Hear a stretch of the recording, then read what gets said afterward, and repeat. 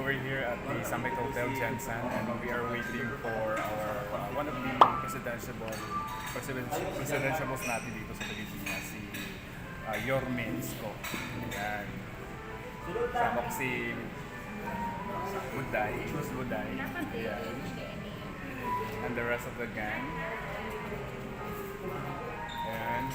So magkakaroon nila ng para presscon, ayan. Presscon ba? Or something, kapihan, something like that. So, walang loka. Parang ano lang, simple Q&A siguro. Simple chikahan.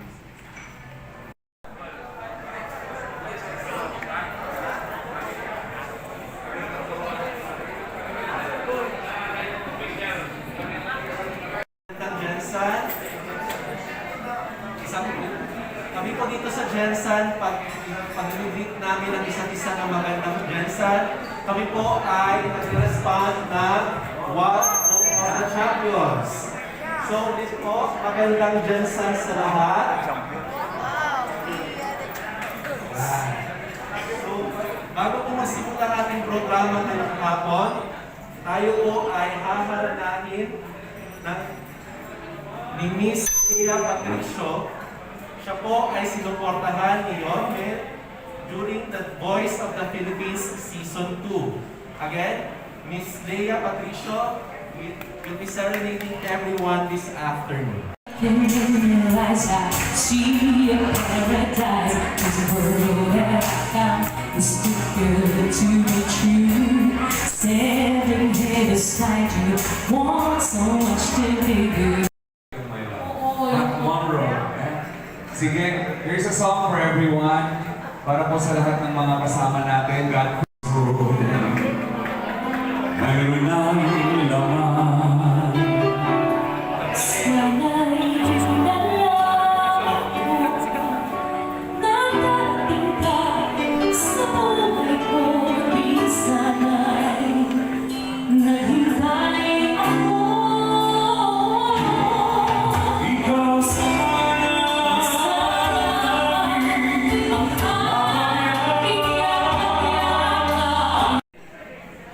Presenta kung ano ang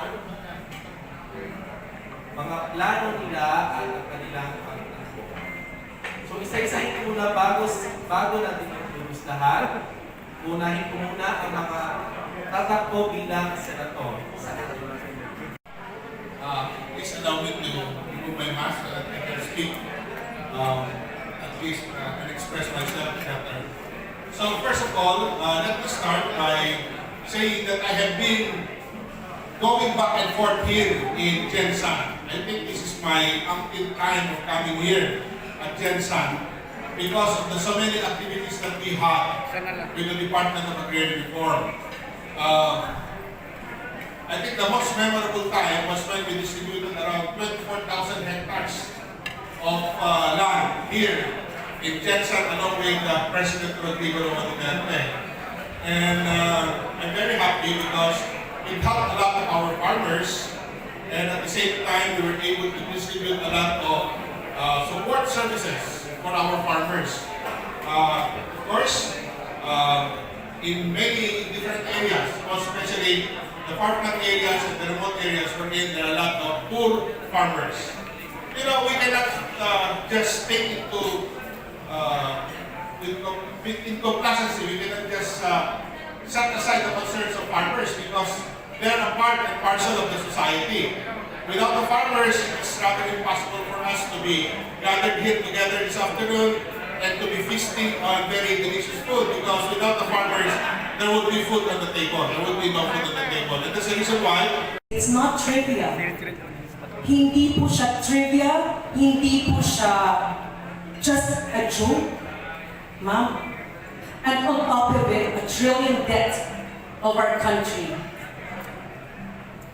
As a very young legislator, as alam ito ni Sir Minister Toy Mahudadatu, we were classmates. Monthly lang natin Toy doon sa barn was only 400,000 pesos. And the barn, ARMM then, was expending, getting from national government a total budget of about 1 B. Toy, do you remember? And from the 1 billion expenses, President, was 70% personnel. Ano ang point ni Samira? Chambers, business sector, ako, ang manabang director in the past. We are not spending on infrastructure, we are not spending on FMRs, we are not spending on peace building as much as we should.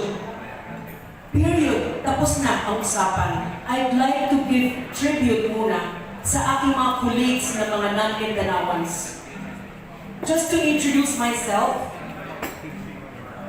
as a woman who cries every time na hindi makapasok sa pintuan ang isang tinuray because there are laws that discriminate people without documentation, people without IDs, people without cards, credit cards at that. And we have 1 million IPs all over the country. Barack Obama never dreamed. Hindi inisip ng isang Barack maging presidente. Of course, he was a lawyer. The first black. Why is Isko any different? Isko, former basurero, former sidecar driver, former nagpapalay. His story different. Sorry about the mic. Is no different from us, Mindanao. Last, lost, least, hopeless, helpless, homeless. Pag binomba ang sulong, ang epekto sa GenSan, business dive. Because investors from abroad will be scared. Did you know, sir? Pag may bomba sa sulong Cotabato, Marao City, red flag advisory agad tayo.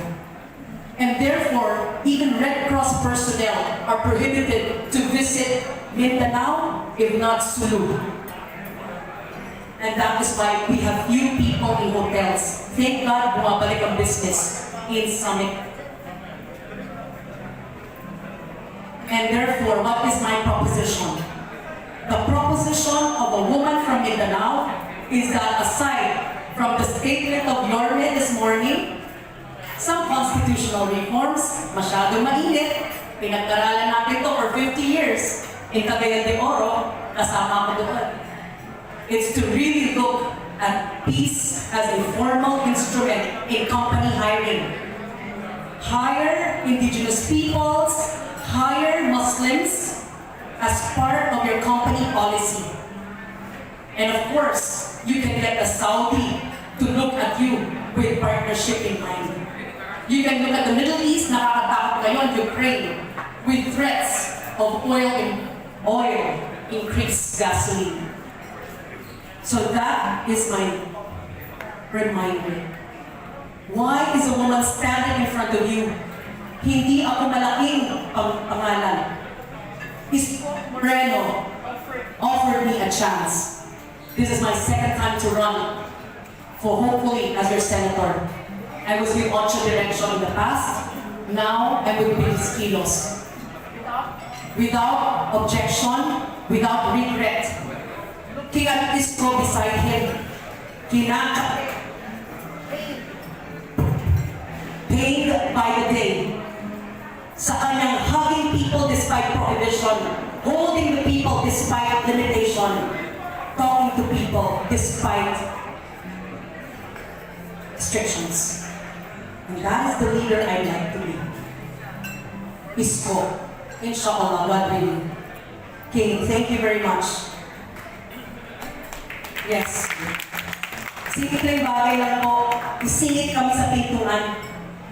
Isingit kami sa table of discussion. We are not just costume. Hindi kami pang fiesta lang. Make the discriminated, including LGBTs, part of your work plan hiring, work plan planning, work plan enforcement. And therefore, learn their language, learn their psychology. Baka mapa-encourage natin ang Manila, convention site palagi ang GenSan, convention site ang Sulu, convention site ng Marawi. na mga red flag areas. Mabuhay tayo, GenSan, tuna capital of Asia. Please continue to welcome the world here in GenSan. Let me look at Chinese Korea coming to our airports daily. That is the dream of a young woman who grew up 20 years in the Kingdom of Saudi Arabia. Samira Gutoc, 32 ang waistline. 32 sa Balita. Mabuhay tayo lahat. Thank you. Ako po sa inyo lahat. Ako po si Jopet Sison sa programang napapanood ninyo kapag nasa katwiran, paglaban mo. Ilang dekada na po kami nagbibigay ng kalaman legal sa milyon-milyong Pilipino sa aming programa. Ang pangunahing magpatuloy, palakpakan po natin ang ating susunod na Pangulo, Isko Moreno. Tumangosok.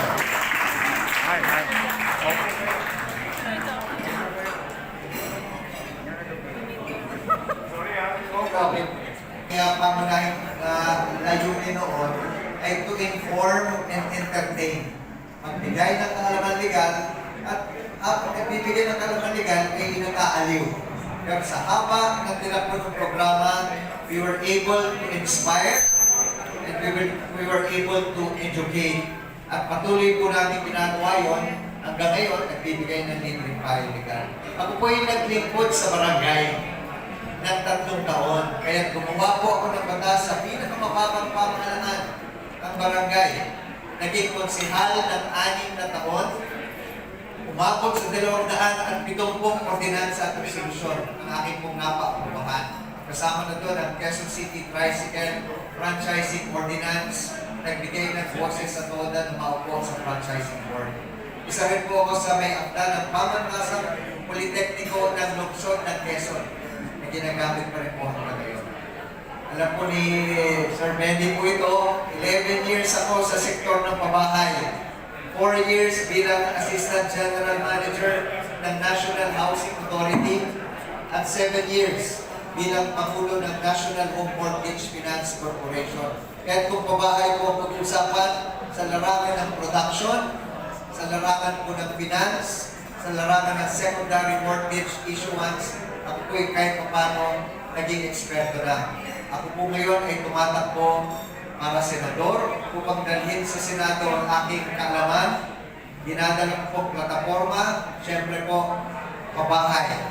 Nais po natin palawigin ang pabahay, hindi lamang sa isang lugar, hindi sa buong Pilipinas. At ang naranasan ko nga po, kung ako ay nasa NHA, gumagawa kami ng resettlement site sa ibang lugar, 40 square meters. Ang laki. Pagdating dito sa GenSan, sa parehong halaga, ang naibigay namin sa resettlement site ay 120 square meters. Same price. Dahil po napakaganda ng lugar, maraming space, at may pagkakataong makapagplano. Sana po ma-replicate natin yan sa iba't ibang lugar na meron tayong sufficient space in coordination with the local government unit. So, ilalaban ko po ang pabahay, ang pagpamalawig ng kaalaman legal na aming pong ginagawa na palaksin lang po natin, involve natin ang ibang mga law offices at mga abogado. At pangatlo, yung pong pagpapalakas ng barangay kung saan ako nanggaling. Ang institusyon na nagbibigay buhay dun sa ating demokrasya na sinasabi natin, of the people, for the people, by the people. Ang institusyon pong nagbibigay niyan, yung barangay. Nais po natin palaksin yan sa trabaho at sa pondo upang direktang maramdaman ng mamamayan ang gobyerno, upang ang gobyerno ay mapalapit sa mamamayan. So sana po, napiliin po ninyo number 56 po sa balota ang inyong kandidatong nasa katwiran. Kapag nasa katwiran, ipaglaban mo, Jopet Sison para senador. Maraming salamat. Magandang hapon po. Magandang hapon po. Siguro sapat na po yung kanta ko para maalala niyo ako. Maraming salamat po siyempre sa ating GenSan Chamber of Commerce. Pwede po bang na-request natin tumayo para makita ni Yorme yung representation? Of course, kasama natin si Kuya Benny Claudio. Pwede po ma-request tumayo ang ating GenSan Chamber of Commerce. Yan. Thank you very much. At sa panahon po ito ay nagkaroon na kami ng relationship dahil ako po ang Chairman Emeritus ng BCCI Quezon City. So mukhang magkakaroon ng sister agreement. I-acknowledge din po natin ang Sargent Shrimp Stakeholders Association Incorporated at ang Sarangani Chamber of Commerce. Pwede po ma-request tumayo ang ating mga aqua business. Yan. At siyempre po, nandun sila palapakan natin. Ang ating mga bankers, para na po ma-locate ni Yorme, mga bankers group, the realtors, and other businessmen. Nasa likod po. At syempre, ang ating the family of mga Gutoc na nakasama po namin ng tatlong araw dito. Maraming salamat po for the nth time. Maraming salamat talaga sa inyo, lalo na kay Mayora, na ngayon ko lang naging up close and personal in an encounter. Hindi ko na po hahabaan dahil lang po gusto nyo marinig si Yorme. Ang gusto ko lang po sabihin sa inyo, meron po blessing na dumating sa buhay ko. 20 years po ako na host ng Colorado program ng ABS-CBN ng Radio Negosyo. So lahat po halos ng brands dumaan sa akin. That's why I'm very concerned with the micro, small, and medium enterprises. Kasi sila naman ang 99% ng enterprises sa Philippines, generating 62% of the employment at 89% of which are really micro. At yan po ang dahilan kung ba't ako napasama sa slate ni Yorme kasi sabi niya, Carl, tulungan natin sila. Kasi sila naman talaga yung apektado ng pandemya. Maririnig niyo po mamaya ang kanyang mga platform with regards to industries, fisheries, agriculture, and other concerns po ng mga businessmen. I'd like to announce to you that as a national officer, a national chairperson in the Philippine Chamber of Commerce and Industry, in the national office, I would like to tell you that last year, the city of Manila was declared as the most business-friendly city of the Republic of the Philippines. And that's under the leadership of Yorme. I have nothing more to say after that. Kasi napakahirap po ng laban nun, kalaban nun ng GenSan, di po ba?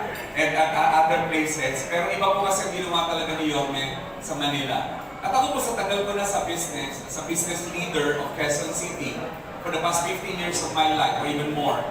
Sa kanya po narinig hindi yung, sanay tayo sa ease of doing business. Sa kanya po narinig yung ease and cost of doing business. Ease and cost of doing business. Kasi pwede naman pinadali, pero pinamahal. Ang kayobe po is ease and cost of doing business. And that's why I love his economic platform na maaaring babanggitin niya po sa inyong lahat. Basta gusto ko lang po sabihin sa inyo, ako po bilang isang negosyante, by the way, meron po akong business sa GenSan. Akin po yung review center dito, yung pinakamalaking review center na pumupuno ng KCC Convention Center kapag nagpa-final coaching at saka yung gymnasium ni Senator Pacquiao. Gusto ko lang po magitin sa inyo lahat na bilang isang business leader in the National Capital Region, I have seen, wow, hands up kami pagdating kay Yorme when it comes to the management of the micro, small, and medium enterprises. Gusto ko lang po banggitin na sa introduction, ako nurse, ako midwife, ako professional teacher. I will not talk more about it, pero ako lang po ang tumatakbo na gano'n ang qualification. At siyempre gusto ko banggitin bago ako magtapos ng aming pong Vice President, kung di rin kakalimutan, hindi natin siya kasama ngayon, ang mahal ng marami, 70 million followers on Facebook, Dr. Willie O, pakipalakpakan naman siya kahit wala siya dito. Okay, at salamat po sa inyong suporta. At sa aming pong mga kasama, aalis na po kami tonight. Our first leg in the Mindanao ended today. The first leg pala, here in GenSan. And you wouldn't believe it, habang nasa motorcade kami kanina, we were all saying the same thing. Ang ganda ng GenSan, it's beautiful. And I know Sarangani is, dumaan po kami, and the other places in the region. Huwag din po kami kakalimutan, number 6 po sa Balita, madaling tandaan, dahil nahilig rin lang naman tayong mga tao sa balita. At alam ko naman ang unang baki natin, anong balita? Ano pong balita? May mabuting balita po sa Senado. Balita number 6 po. Dating na election, huwag niyo po. Sa mga kapatid ko sa chamber movement. Ngayon lang po may kumakbo ng nagtulak, ay ang chamber. Huwag niyo po akong pabayaan, huwag niyo po kami pabayaan. Maraming salamat po. Kailangan namin ng tulong niyo. Good afternoon. Thank you for your time. I know most of you here are very busy attending to their respective business, and it's a very challenging days nowadays. You need to give more time to your business, but you opted to be here with us today. And instead of me speaking, I would rather open the floor as many as possible, as long as the time allows it, because I think we have another event in the coming, in the coming hours. But before that, I would like to greet the following person, and I hope, and group representing by their group, no? Mr. Richard Caparon,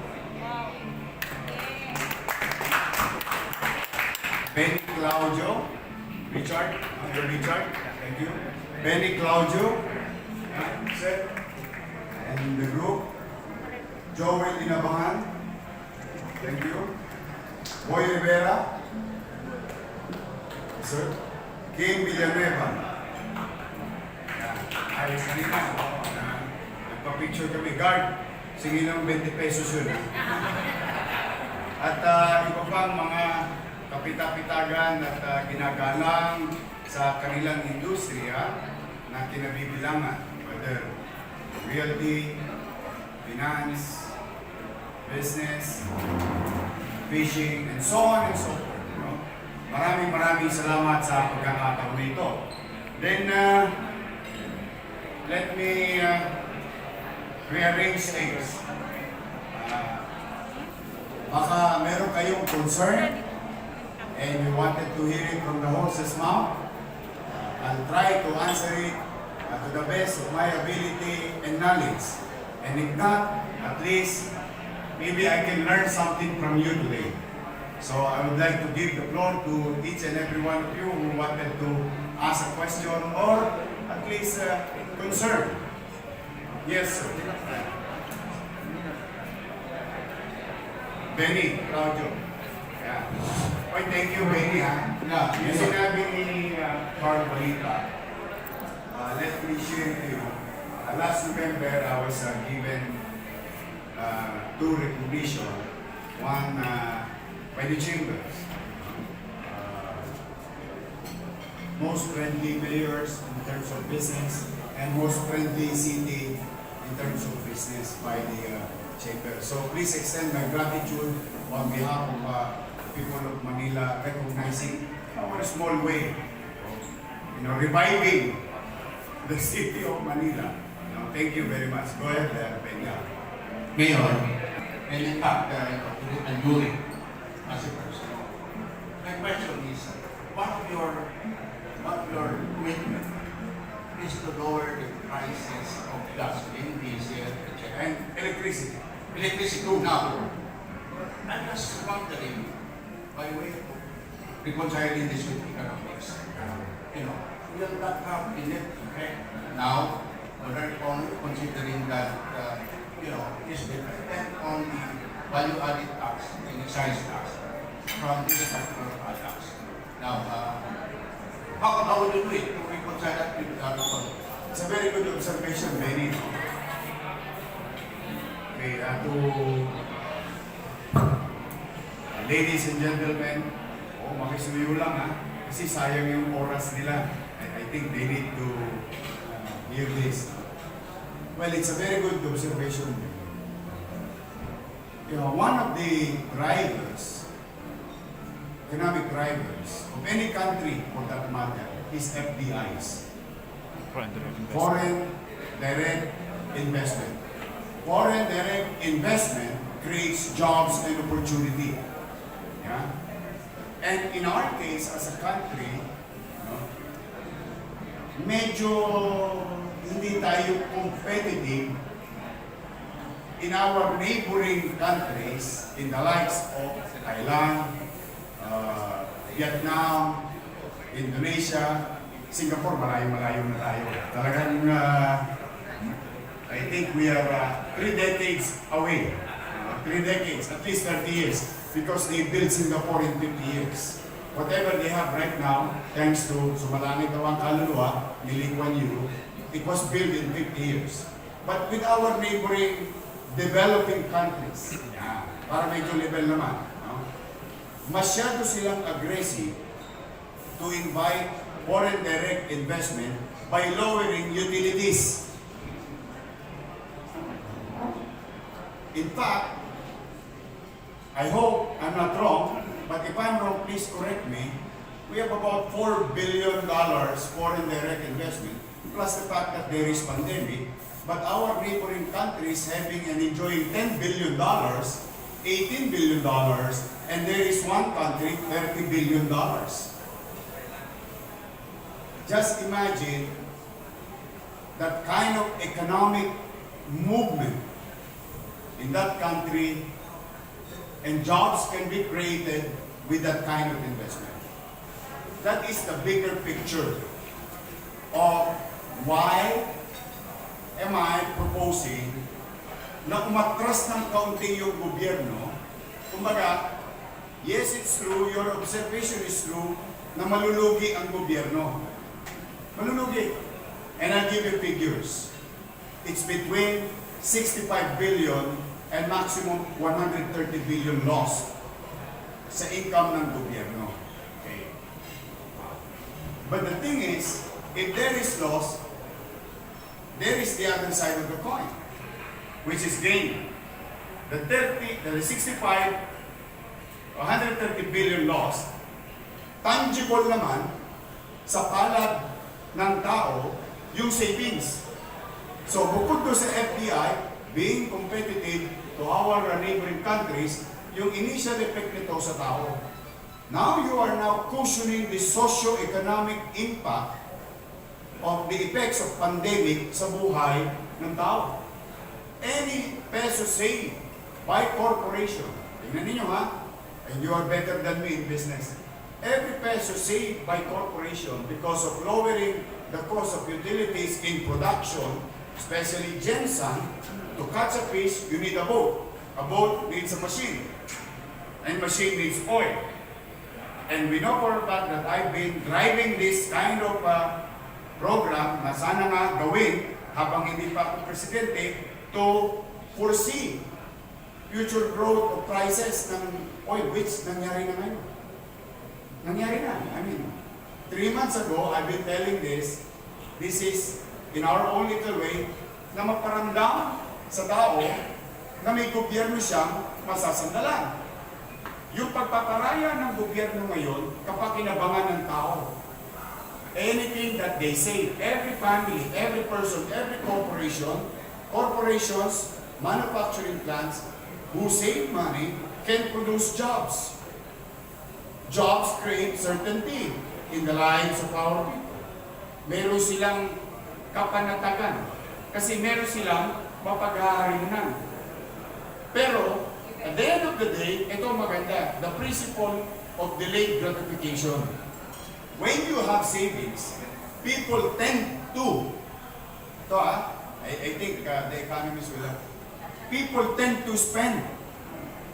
And when they spend, because they have extra savings, lowering the price of electricity, lowering the price of crude, savings, spending, then the velocity of money, iikot ngayon yung pera. Dito na papasok sa dulo yung principle of delayed gratification.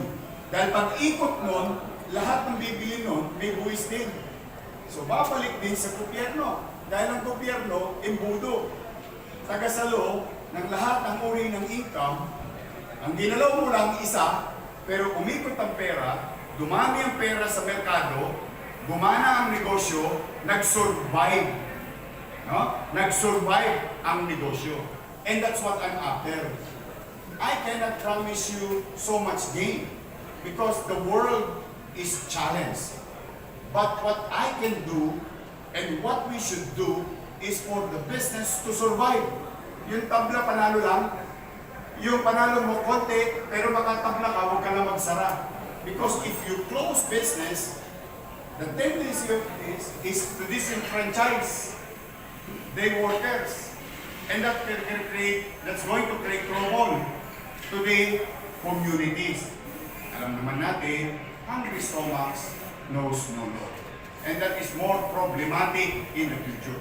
So, pag mapapansin mo, Benny, ginanon ko lang, konting-konti lang. Kuryente, crudo. Pero lahat, maapektuhan na. The second part of our question is, maapektuhan ekonomiya. Actually, it's the other way around. Gagana nga yung pera eh. Iikot yung pera. And then we're going to be more, at least, viable to foreign direct investment because we are now competitive. Eh, may isa tayong lamang. May isa tayong lamang sa Thailand. May isa tayong lamang sa Indonesia. Isang lamang natin sa Vietnam. You know what? Magaang dila natin. Meron tayong communication skills that we adopt to foreign language. That's why kita mong BPOs, di ba? Kita mo? Tayo pinupuntahan. So, yung communication skills natin and yung relationship natin sa pakikipagkapwa-tao ay puhunan din ng ating bansa.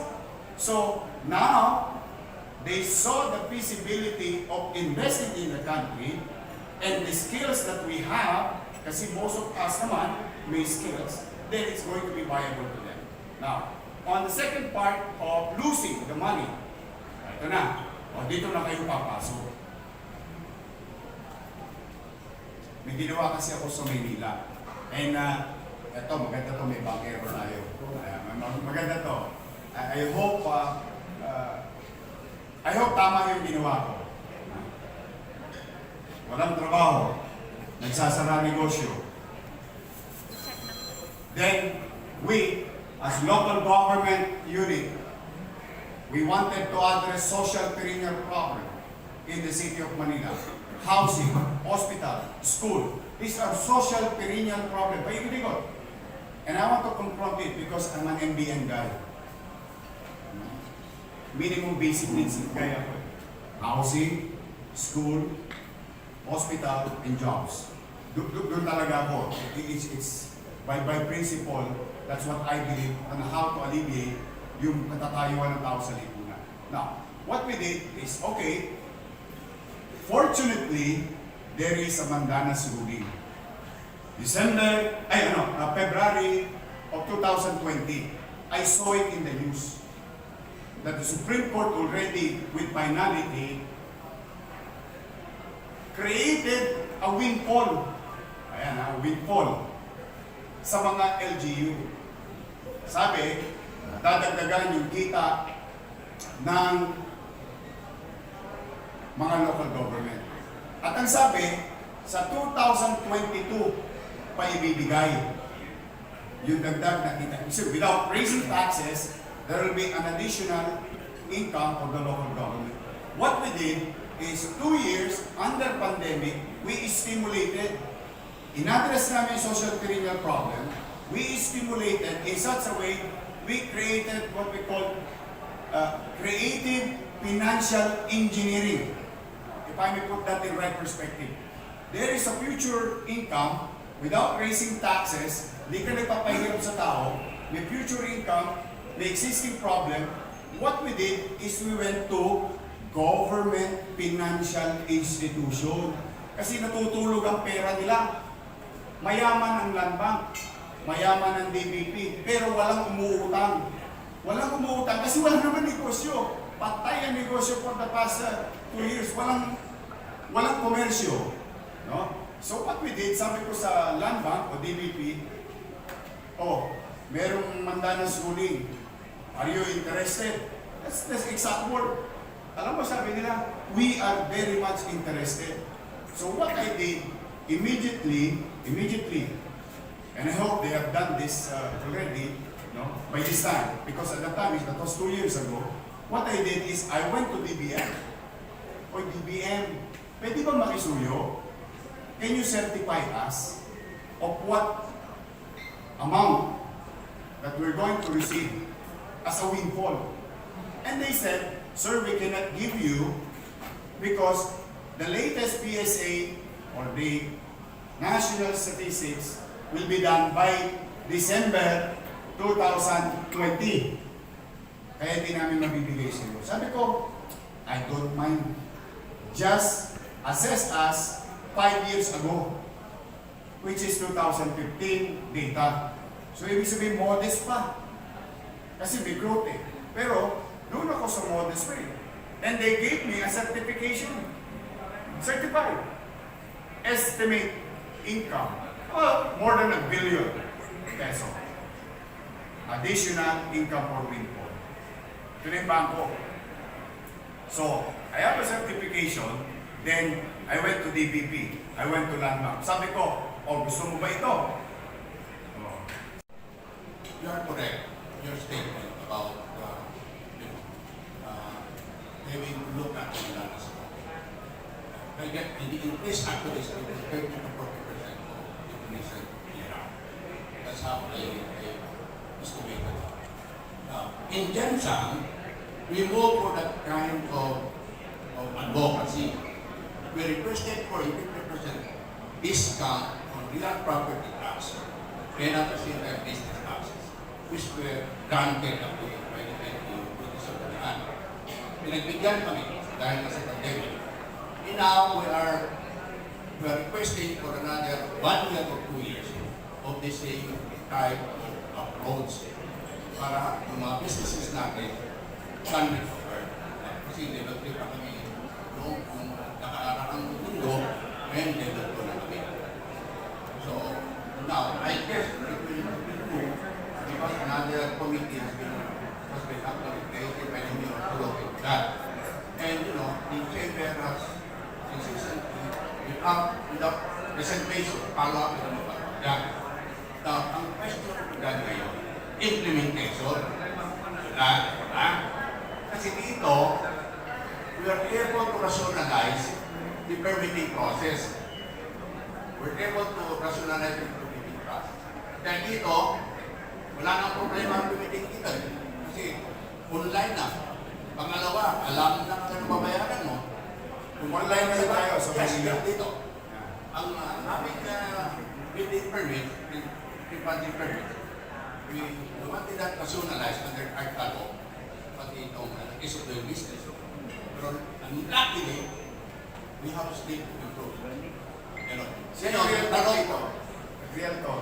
Yan, ang tanong ko dito ngayon is, magandang pakinggan po ang sinasabi ninyo, especially yung pagkatrap ng mga KPIs dito, para sila ng pangami, increase para bawal naman natin whatever losses. Ito, we also advocate para pagbigyan ng amnesty kung hindi nakabayad ng real property taxes nila. It's now moving. It's now moving. So, because of that, ang tanong ko ulit, dating ko, implementasyon. Kasi nandoon yung mga delays. Diba? Nandoon yung tinatawag na you have to follow it up. Ipansin kami na dito. Ano ang magagawa mo natin para may iwasan yung ganito tinatawag ng mga delays na ano na lang. Yun lang po. What ng bangko? I think Chamber is an organization existing in all local government units. Okay?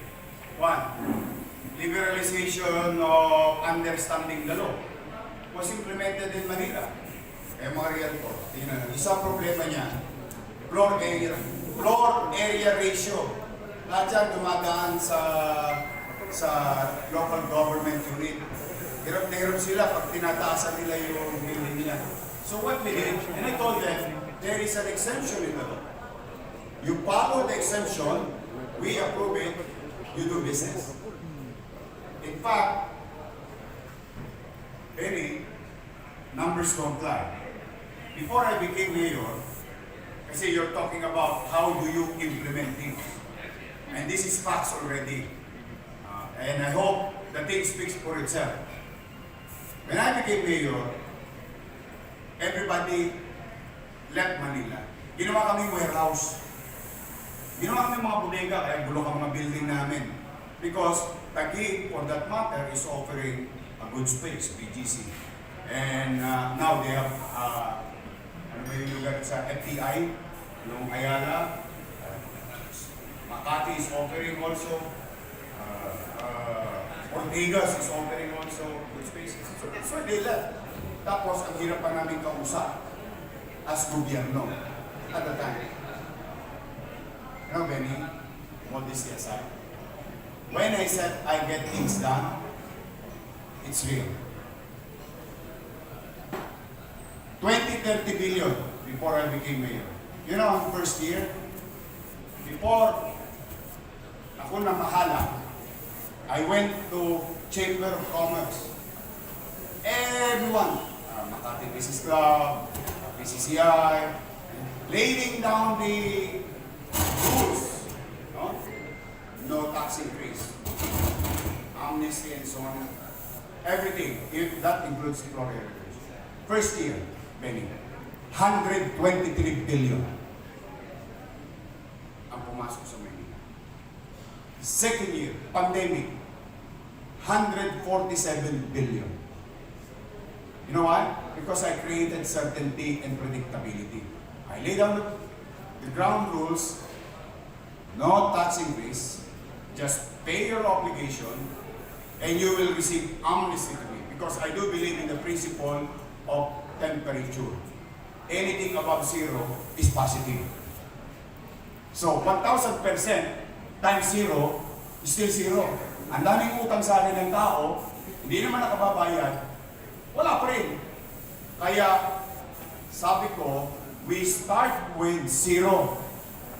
Let us not go after of bad things that transpired in the past. Let's move on. Throw all excess baggage.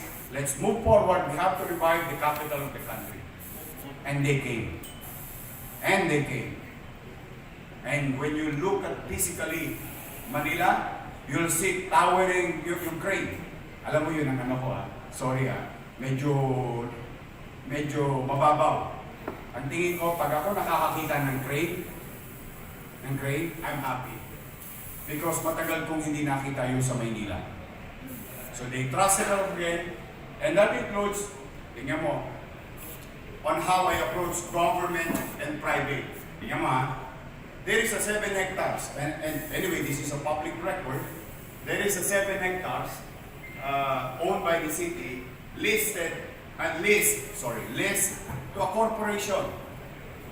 And I said to that corporation, you know, ma'am, sabi ko doon kay ma'am, you know ma'am, the government is not into realty business. We are not a leasing business. We are in a public service business. I don't want collecting rents from the lease on a property owned by the city. Why?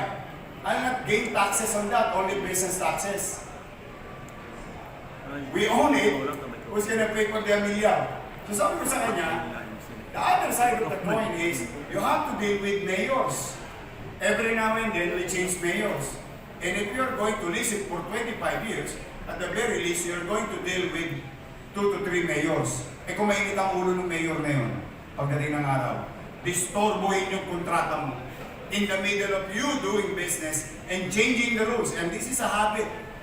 It's not for everyone. It's not everyone. But we know for a fact that politicians reverse, disturb, change the rules in the middle of the ballgame, which create uncertainty. So sabi ko sa kanya, bili mo yung lote. Bili mo yung lote. Base sa sinasabi ng Commission Audit kung magkano presyo. Binili. You know what happened? They're going to invest 50 billion pesos. And they're raising it.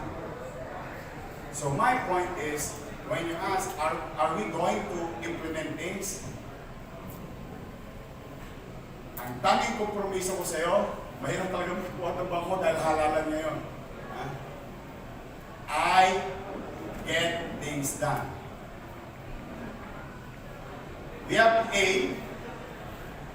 our goal. And what I'm after is the B, the result. I'm always wanting and asking for results. I'm a result-oriented guy.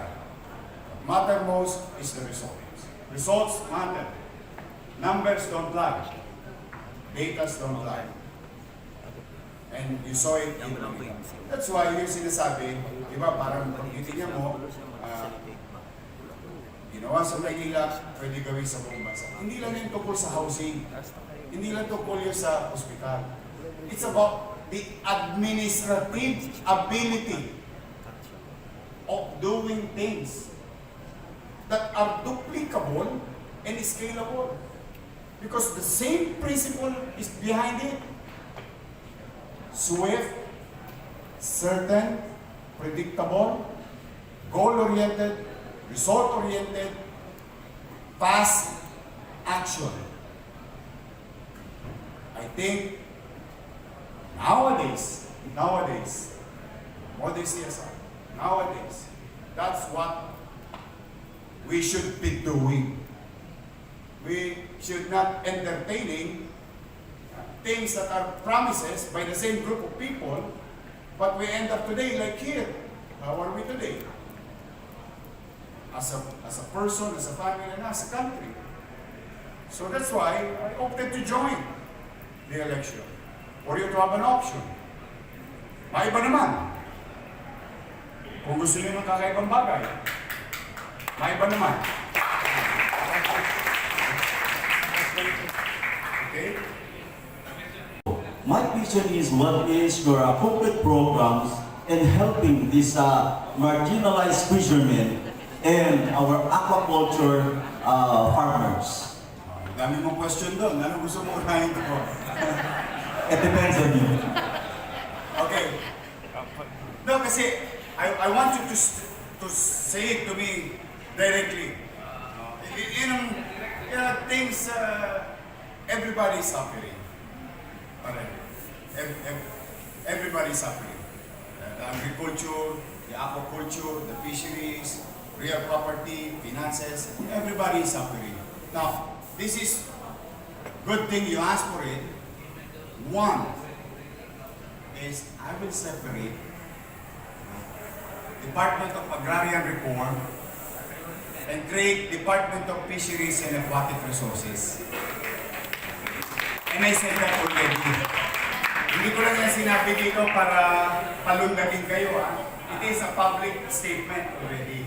That is part of our 10-point agenda na ihiwalay para focus group, focus bureau, focus agency.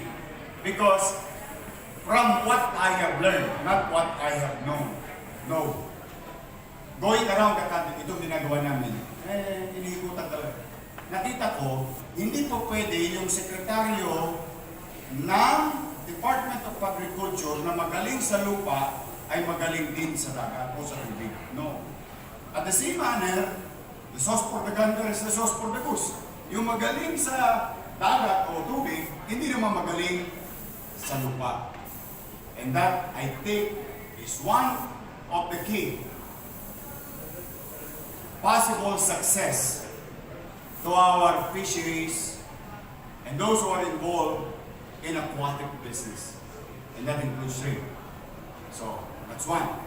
Another one, of course, tax cuts. Definitely because you're using logistics. Logistics use crude. Pag talagang patas yan, patas din ang cost per kilo. Magkano? From 30 to 50. Ano ba yung? From 15 pesos to 50 pesos. And now drops to 30. From 15 pesos to 50 wow, pesos. That's about 200% plus. No? The same thing happened to mga fertilizer. From 900 to 1,000 after more than a year, 2,200, 2,500. Hirap na hirap ang agricultura. That's two. Third, we guarantee you, yung mga mangingisda, kasi si Sir, shrimp eh.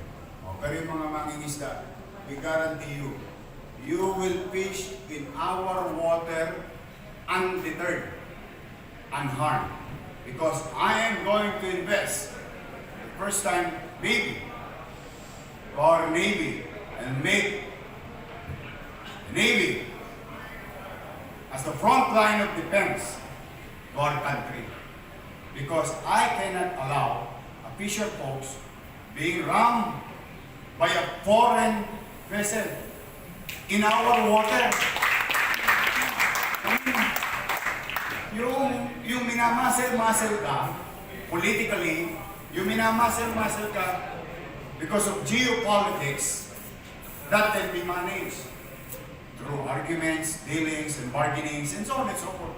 But physically showing to the world, showing to every Filipino that fishermen, whether it is a boat or bangka, being run by a foreign vessel, and we're doing nothing about it. Huwag sana ako subukin ng panahon. Gagawin kong disenyo yung mga barko nila sa ilalim ng dagat.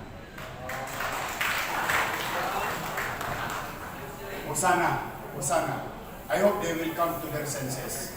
If I get elected, I'll make sure whatever they have for now, which we are legally, technically own it, but I will not allow another island or another inch of that water being occupied by foreign or another country. The same manner, you will fish them. Because ironically, galunggong for that matter, saan ka nakakita galunggong? Binibili natin, inisda sa atin, dinala sa bayan nila, release, binalik sa atin, tininda sa atin. How sad. Now, Ilaya Lawit, huwag sana ako subukin ng tadhana. But you know what happened in Manila? Those foreigners who abuse, di ba? Sabi ko, come and do business in Manila, whether you're foreigners or Filipino, no harm will come to you. I made that commitment. And at the same manner, I will not allow you harming our people. Yun yung sinasabi ko. Kami po matagal na sa hipon. Mahigit na 10 years na po kami sa pag-hipon. Early 1980s, number 1 po tayo exporter ng hipon sa Japan. Exporter? Yeah. Black Tiger po. 99% na production natin papuntang Japan. That was early 80s. Behind pa po sa atin ang Malaysia, Indonesia, Vietnam, India. Itong mga countries na ito po, nag-hire sila ng Filipino technician. Binuksan nila ang aquaculture ng country nila. Ngayon, behind na po tayo. Ano gawa nangyari? What transpired? Ang suporta po ng gobyerno ngayon kung kayo pong magiging mahal kong Pangulo, ang mga problema po ng maghihipon po, lalo na po yung mga pig millers, pag nag-i-import po kami ng main product ng pigs, kaya ng suya, flour, dalis, fish meal, may tax. Pero mag-import po tayo kami ng finished product ng pigs, galing Vietnam, tax-free. Paano makukuha yung mga pig miller natin kapag compete ng presyo sa pig? So when you buy the raw mat to produce pigs, may tax. May buwis. But when you buy a finished product as a pig, tax-free. Tax-free. Baka hindi ka smuggler. Pangalawa po, wala pong palakihan ng mother stream sa Pilipinas. Tinatawag namin SPF. Tinatawag SPF na specific pathogen free. Ibig sabihin walang sakit yan. Pinalagaan yan para magiging inahin ng hipon. Meron po nagpapalaki sa Singapore, Hawaii, Florida, Thailand. Kaming mga taga-Pilipinas, nag-import po kami ng feeder sa Hawaii. Live po yan na hipon, mother stream, na ini-import namin live galing Hawaii. Pagdating po sa Pilipinas, tinatax pa po. May tax po rin yan. Paano tayo magpa-aggressive, mag-more production ng stream kung wala yung mother hipon? Ni-tax mo eh. That's why po dito sa Pilipinas, ilan lang po nag-engage ng hatchery ng hipon. Kung walang hatchery po ng hipon, hindi lalapat ang ating growing pan ng hipon. So, kung kayo pong mahal na Pangulo po, pakisilip po ninyo ang aquaculture. Dahil nag-produce po ito ng billion of pesos. Ang lalaki ng taxes, ang daming mga workers na natutulungan po. Kaya hirap na hirap ang aquaculture. Maligaya po kami kung may hiwalay po ninyo ang BIPA sa mother agency ng DA. Kasi di focus more on mais at saka palay puno, wala naman nangyari. Ang aquaculture, sarili naming sikap, lumalaki kami, pero sarili naming sikap po. Yan lang po. Maraming salamat po. Thank you. I'll take note of that information. I will look into it, definitely. Especially if we are going to create the Department of Fisheries and Aquatic Resources. This should be addressed by that, hopefully someday, new department. Yeah, we'll take note of that. Thank you for the information. Talaga, pag Roman, may buwis. Pag finished product, No, tax-free. so nag-import ka. Import Import ka lang. Mas makatipid. Pwede pa tayo yung farmer. Wala pong nagdagdag po ng mga kidney. Value-added. Wala. Sa really? Basta sad. Sakto. Sige, last na lang. Kasi may sa plaza. Sige. Ay, okay. I'll make it short. Good afternoon po. I am Rowena Benima, and I happen to be the president of one of the tourism associations in Sarangani. Tourism? Yes po, particularly GLAD. So GLAD has actually about a dozen of world-class beaches or beach resorts. World-class, I can say, because, you know, the super sandy beach shores, and yung mga awesome mountain views and rich coral reefs. How can we compete in the likes of like Palawan and Boracay beaches when we have our very basic concerns in terms po of power supply, water shortage, internet, signals, and road infrastructures. So may we know po your plans on how to address this one just in case na yung pumawa? 80 billion. 80 billion. I'll tell you, 80 billion to connect the entire country in terms of communication highway utilizing fiber optics. 80 billion. Yung lata. And I call it, in technical terms, the communication backbone. Ito yung backbone natin. And if I'm not mistaken, one of the best company, if not one of those company, is Tata, for that matter. No? Naglalatag yun ng submarine cable. But in this case, I want fiber optics. And to put redundancy via air. If something happened to our internet highway, fiber optics, in the seabed because of tectonic and earth movement, then I'll create a redundancy, and hopefully Elon Musk will be successful in launching the low orbiter satellite. Okay? It's been happening now in certain spots of America. It's being tested. So far, promising. At 50 MB, anywhere in the world. Anywhere in the world. As long as there is air, there is sky. Yung low orbiter, it's a small satellite. Paikot-ikot, teka lang. Sorry, masyadong technical, but gano'y ko na lang. May communication tayo sa lupa, fiber optics, redundant tayo sa hangin. Then we have the old way, the PLDT communication, so on and so on. So, this is for purposes of connectivity. Because I can be Korea about 10-15 years ago. You know why? I went to Korea, public, 27 MB free Wi-Fi. ginawa nila? Bago pa mauso, naglatag sila. Kaya nung araw, nung panahon, puro fiber out. Bato lang ng bato sa akin. Kaya, mapapansin nyo nung first few months ko, isang avenue, binaybay ko para sa mga estudyante. That's one. And that's good for tourism. Then, infrastructure and transportation. You know, when I'm riding a chopper, pag pupunta ako mga probinsya, paano pupunta doon yung tao? Sir, magbabangka. Gano'n kalayo? Kasi sa akin driver, sir, meron dito, ang gandang beach, ganyan.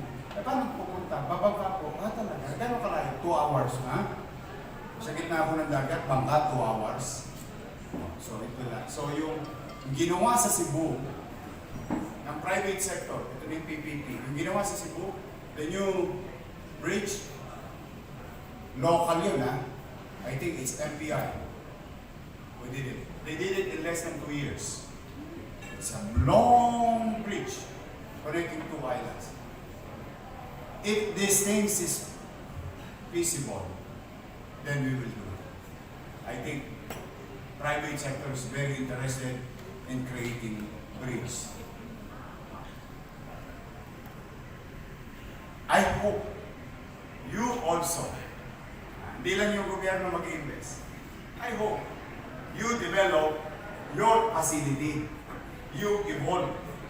Kasi nangyayari sa atin, maganda na sana yung beach, pero yung namumuhunan, masaya na siyang yung binil niya 20 years ago, yung pa rin yung nakikita ng 20 years after. Napapansin ko yun sa ibang sa Palawan. Maraming maganda. So, I hope like the way it was, I think the San Vicente, they built an airport or a small landing area. So we need those. And going to the tourist spot, yun tingin ko dapat maging direction. How to go. It's not how to rebuild the entire tourist spot, but how to access. In fact, alam mo ma'am, hanggang ngayon, hindi pa ako nakakapunta sa Amang Pulo. Tululaway ko pag kinukwento nila, ang ganda daw eh. But you have to go there by plane and cost money. And any John Doe and Mary, Maria and Pedro, cannot just go there. Pinaka-importante sa atin, tayo mismo, huwag maging turista. I mean, parang banyaga sa sarili nating bansa. Because if everybody is able to go to one place to another, then you have a regular customer. Then, hopefully, meron ako isang pangako na binitawan. I think we have about, 4 million tourists, while the other countries is enjoying 16. I hope we can double it. Not in 1 year, but in 10 years. We continue to double things in terms of tourism. Ang pagkain naman natin, ano ba sa English yun? Palatable? Tama ba yung English ko? Hindi naman siya kakaiba. Kahit sino turista, kaya naman kainin yung pagkain natin. Magaling ang communication natin. Sabi nga sa we have a pleasing personality. So, sa akin lang, if we really wanted to create jobs, because science, economists will agree with me that every tourist that comes in our country creates 1 job. So if you can create more numbers in terms of tourism, then you create more jobs. So I think we should invest. And I will. It's part of the 10-point agenda. And communication is the key. Access is the key. Because the place itself is already there. It's the wonder, it's the beauty. Yung ma-access lang ng tao. Katulad kami nung kahapon na kita ko yung Mount Apo for the first time. Nakita ko. Nung nandun ako sa warm area. Ganda-ganda. Nakita ko yung clouds. Malamig ba doon? Malamig. Pasyado. How to access it is another thing. So maraming magaganda. Yes. Rest assured, It is in our 10-point agenda. Thank you. Ito pag wala kayong ginawang iba. Yeah. So, let me take this opportunity. All I need is a chance. Anyway, you've been electing this group of people for the past 39 years. 39 years. There is a month of now. And still, we're having this kind of problems and continue to. At lumala pa. Sa kwento mo lang kanina, dati kayo nag-i-export. Ngayon, nag-i-import pa kayo. I mean, lumalala pa. So, let me share what Einstein said. Don't expect different results will come to you tomorrow if what you did today is the same as yesterday. You will have the same result. Now, if you want different results, anyway, you have gambled, tried, and gave them opportunity, the two camps, gave them opportunity to lead our country. No? Baka naman pwede nyo akong sugalan ng 6 na taon. Maiba lang. I guarantee you, I always excel in every field of undertaking that I do or going to take. Kinawan Diyos. Kinawan Diyos. So with your help, please, kailangan ko ng maraming tulong. Hindi ko kailangan ng pera nyo. Ang kailangan ko boto nyo. Dahil yun ang simula ng pagbabago. Ng mga bagay na gusto nating matupad at pangarap sa mga anak. So, ako po ay umaharap sa isang laban na mabigat. Napakabigat po. Napakabigat. Dahil nga, ako po ay askal. Kasi silang dalawa, pedigree. Pedigree naman talaga eh. Ako outsider. It's really an uphill battle. In fact, the best way for me is to stay in Manila and mukhang wala naman akong kalaban. But the thing is, Edmund Burke said, for evil to succeed is for good men to do nothing. How can we live in comfort while our neighbors is suffering? And doing nothing is allowing those things. But I cannot do it alone. I need your support. I need your understanding. I need you. I need every Filipino to see the clear picture. The clear picture. Hindi yung away. Yung away ay nagpapalabo sa mata ng tao kasi yun ang gusto nilang gawin. Yung away na lang nila kasi walang kwento. Hindi ko binubuhat ang bangko. But yun ang nagpapalito sa tao. Yung away ng pula, dilaw, at pink. Parang nandoon tayo lagi. Come with me. Let's go to another course. Another journey. Maiba lang. Maiba lang. And I need your help. Because uphill ang laban ko.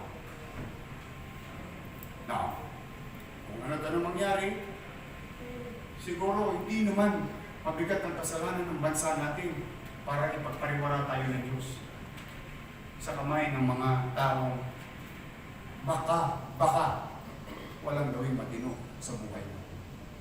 Kaya, all I need is a chance. Manilans never voted for a young mayor. Ever. And I searched it. And I said to my fellow Manileños, all I need is a chance. Outsider. They gave me a chance. And I hope I didn't fail them. I hope. And you can ask your friends, I hope I didn't fail them. Now, for our fellow Filipinos all over the country, hindi niyo ako kilalang lubos. Pero siguro naman, meron naman kayong mga kakilala sa lungsod ng Maynila, may pagtanong nila. Maiba lang. Let's try something different. for us to have a different result. Mano ba? No? So muli, I'm now appealing to your good heart. If you like me today, if you like, or you want me to be your president, mga kabayan, mga nandito ngayon, please, magpabasa kayo sa ulan. Magparami kayo. Kailangan natin dumami. Kailangan natin maiparamdam na merong silent majority. Na ayaw na ng away. Ayaw na ng pagtatalo. Let's just go and focus on things at hand. Tasks at hand. We put somebody there who can do things. Not on a motherhood statement, but things that have been done, proved, that can be done in the entire country. May awa ang Diyos. May awa.